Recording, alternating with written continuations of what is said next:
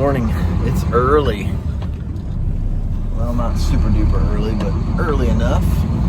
A little after 6, not quite 6:30. And we're on our way to take another load. Baden and I hanging out again. Last time we made this trip, they weren't taking wet corn. So we're on our way back.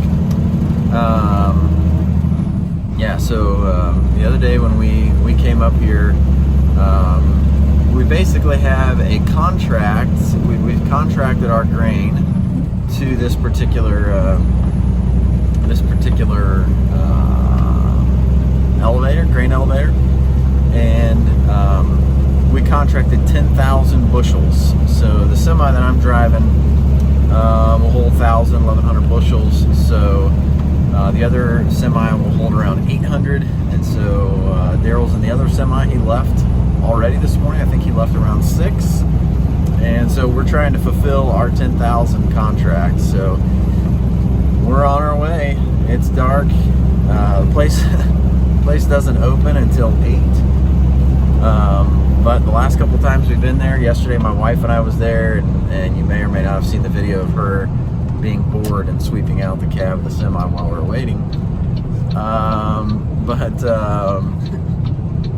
While we were there, we got there at 8 and we didn't leave until after 11. So it was a long day, sitting, waiting. And you got to be ambitious when you're driving truck over to these places. Some of these farmers, some farmers don't farm or don't truck their own grain. Some of them, have a guy that'll haul it for them, and they're, over the road truck driver, professional truck driver. Those guys don't take no crap. And when you're in line and they know that they're getting paid to get there and get out of there, they're going to do it as fast as they can, and they will just cut everybody off, and they do. So my wife and I, Tiffany, we sat there yesterday for quite some time, and so today we're trying to get there early. It takes about 40 minutes to get there, a little before 6:30 right now, and hopefully we'll get there and the line will form behind us rather than already be formed in front of us. That'd be nice. We're hopeful. So this is my 4th trip up here this week, and every time I've had to wait in line. So here's hoping. Here's hoping. We'll see if we can, here's hoping. Well, we're pulling in good old Bloomingburg. And there's already trucks in line. This place doesn't open until 8 a.m. There's a truck pulling off the scale right there. So we're going to get asked a question by this guy. Well, just pulled up in line, and normally this over here, this is a lane for trucks. This, of course, lane there. The other day when we pulled up here, there was 6 trucks wide. So truck, and they're all merging down to 2 lanes so that we can make this corner to come around and get what they call probed. That sounds interesting, but it's not as you were imagining. Basically, over there's this it's a probe. It goes down inside the back of the truck, and they actually can suck up grain in the back from the back of your truck to do tests on it to make sure your moisture is good and different things. So that's what those trucks over there are waiting on. This guy over here that's pulling out, he's already dumped his grain and he's on his way home. So mean. That means he got here way earlier than us. So we'll try to get a quick video of this so that you can see kind of the process. But for now, I would be willing to bet that we are going to be waiting a solid half an hour to 40 minutes. I would say that in front of us right now, can you see how many trucks are over there, V? Give us a count. This straight line I can't, but 1, 2, 3, 4, 5, 6, 7, and one of them's ours. So yeah, I don't know if you can see this dark spot right over over there. Where nobody has their This light. truck, not ours. That truck is ours. Daryl's up there. And we left early this morning to try to get, we have the contract to fill 10,000 bushels. And after my truck and his truck dumped, we have 2 more trucks to do. So we'll try to get a video of everything working right now. Oh man, I missed the probe. I'll try to get a better video when we're up there so you can see what it looks like. But we're here. I opened the door. We're working on it. Hayden decided he had to take a leak, and way up there's a cooler and a table, and they got this because most guys are here for hours on end waiting. They have a little bit of snacks, and so Hayden says, "I gotta go pee," and then he decides he's gonna go over there and get some snacks too. So I thought I would take this opportunity to video him, but also to take some time to say we've been waiting in line now for, I said 40 minutes, 45 minutes. That's about where we are right now. Wait a second, it's almost 8 o'clock. We got here, yeah, that's about right. So we're at the probe stand now, almost. And that thing dangling in the middle of the screen there, that's a probe. There's, you see the kind of scaffolding looking stuff there above the truck. There are tubes that suck it over to, there's an office that's over here somewhere, and basically when they put that in the back of a truck, it'll suck the grain up and they'll take it inside and test it. So so that's what they do, and then they send you to the scale. It gets your weight, let you know how much you weigh, and then you go dump, and then they weigh you out as you come. So they know what your weight is. They can figure out how many bushels of corn. I think we had right around 1,000 bushels on our trailer, and our trailer is very similar to the 2 that are in front of us. Not made by the same company, but very similar to the 2 that are in front of us. And they hold around 1,000 bushels, 1,100 bushels of corn. And so we're hoping to, oh, he must have found the snacks that he wanted. So anyway, we'll be up there soon, and getting that taken care of. Alright, so Daryl was on the radio there for a second, but you can see the stand is moving now. It'll just move up and down inside of the back of the truck, getting samples of grain, and I just barely missed it. So anyway, once you, oh, he's going to go over and do the truck in our lane now. Or not. Such a bummer. Try to get this video just right, and then they screw it up for you. Anyway, how are the accommodations over there in the bathroom? Everything was steaming.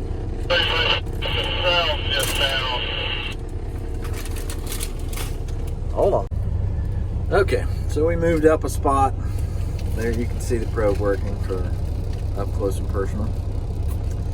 So they move that around to different portions of the semi, the bed, and they'll take the samples and they suck them over. They'll test them out, and then when we leave, we get a printout saying what our samples tested. So anyway, we're slowly moving up in line. We left this morning a little before 6:30, and I think we were here right about 7 o'clock. It is now, that's right, it was 7:11. It is now 8:05. So we're still here. There's not that many trucks, so it is what it is. This road is a 55-mile-an-hour road here. This is the beautiful, beautiful, beautiful countryside of central Ohio. Pretty flat, not a whole lot of hills to it. But this guy in front of me, he's got control issues. He's like, nobody's getting around me. We're in 45. Well, 47, sorry, excuse me. He hit the gas there a second. So yeah, that's awesome. I don't even know if this guy's brake lights work because he's slowing down. So yeah, oh buddy, maybe he's had a few to drink for lunch or something, I don't know. Okay, we're dealing with it. Hopefully we'll be home in the of a finger. Well, you saw a previous clip there. We were coming from the elevator. We took the grain over to Bloomingburg this morning. We left at around 6:30, I believe, and we just got back. Daryl and I left this morning. He left at around 6. I left at 6:30, and we have basically 2 trucks left until we fulfill our contract with Bloomingburg for the ethanol plant. So what that means is he took 1 truck, so now we got 1 truck left. And so now it's 9:30, so we were out the door 3 hours ago, back home to fill the combine, to fill the truck so we can get the truck and go back to Bloomingburg. We got to be back there by noon because they stopped taking wet corn at noon today. So once we get the truck full, we're back on the road to get everything back over there. And once we get that contract full, we're done with corn for a while. We'll switch back over and start running the soybeans. Our soybeans they're dry in the field. They're probably below what we want moisture-wise to be for soybeans. And so we're trying to get everything finished on time. And it is kind of a race, you know. You kind of got to get everything done, weather permitting.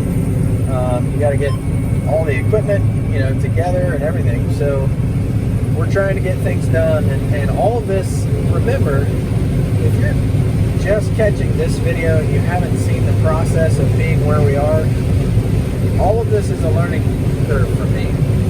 I may sound like I know what I'm doing, but I'm learning. I've not been farming my whole life. I farmed on this farm helping years ago, but never to this extent. So anyway, I'm learning. So it's a rush for me. Every year, the rush that I would get this time of year was sitting in a tree stand and enjoying, you know, hunting over a bean field or a cornfield. And now it's a different story. So we're doing what we can. Some people don't understand. They just see farmers out a couple times a year, and they think the rest of the time, you know, they're on vacation to Florida or something in the fall or the winter time. So not the case. We got stuff to do. So anyway, we're back at it, trying to get everything in and stuff. We got decent weather in the next couple of days, but at the same time, there's rain in the forecast, so we got to get stuff done. There's a big fat rabbit. He didn't know what to do. See if you can get him right in the center row. See him? Run, Peter! Run!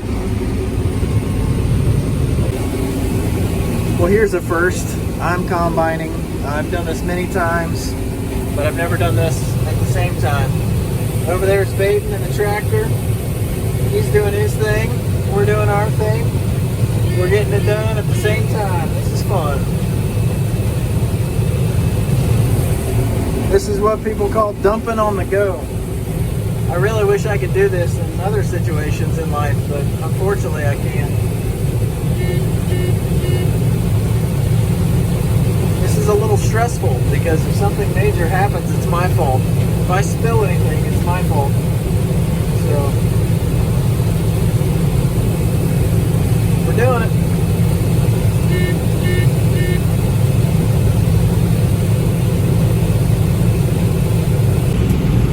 Oh, we've got another learner.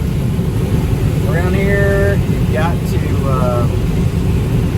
keep everybody up to snuff so we can get stuff done, finish stuff. Up to snuff to finish stuff. So Baden, this is Baden's first time running crops with the combine. He's driven the combine like across the field, but never doing this. So yeah, if you can, put it into words. What do you think? I mean, it's pretty much how I expected. I can imagine beans being harder. Why do you think beans are harder? Because it's a bigger header.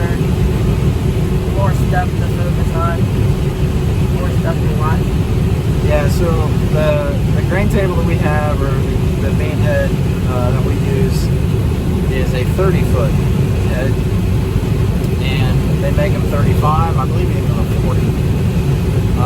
So ours isn't anywhere near the biggest, but it is. It's something to pay attention to. That's for sure. It's way bigger than our corn head. Yeah. So we only run 8 rows with a corn head. So it's something, it's a lot to focus on, and you got to watch those stalks kind of feed in there and make sure we're not plugging it up, which right now he's doing great. We're doing 3 miles an hour, and again, it's 10 o'clock. It's still a little dewy out here, but we're doing this on purpose because we have to fulfill a contract, and they're taking wet corn, so that makes it nice.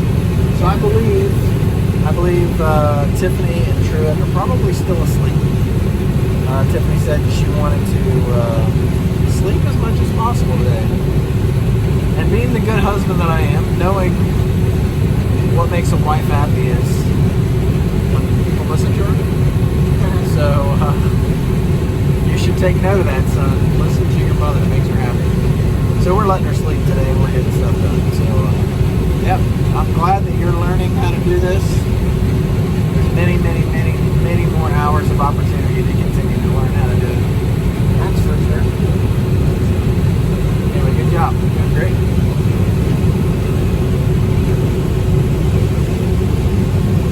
So you said something just a second ago that made me think, and I thought, well, this would be a good little segment. In years past, we've come down here, really ever since you were like, you might have been 3. Pretty much every year.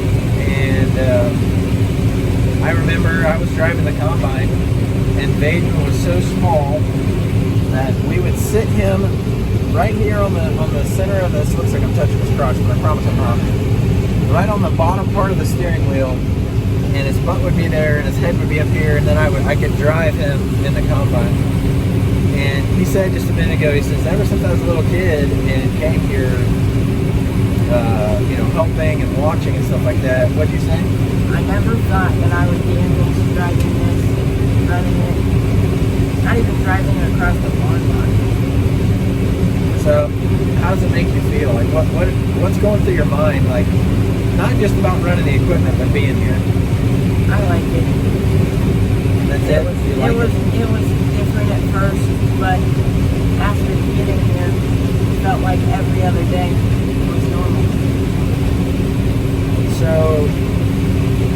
a lot of kids go through transition in life where their parents change jobs, and mostly in their teenage years, it gets tough. Yeah. What advice can you give a young kid whose parents change jobs, move away from friends, start different things? What advice can you give somebody your age? God's got it all under control. It's all good. God's got it under control. It's all good. You can make things. Keep going. You'll be alright. I don't know what else. Well, I think that's pretty good advice. I think a lot of people worry about a lot of different things, but God's got it. So just trust in Him, right? Yeah. Good advice from a 14-year-old wise man. Not really. Yeah, you're pretty wise. Wiser than most guys, that's for sure.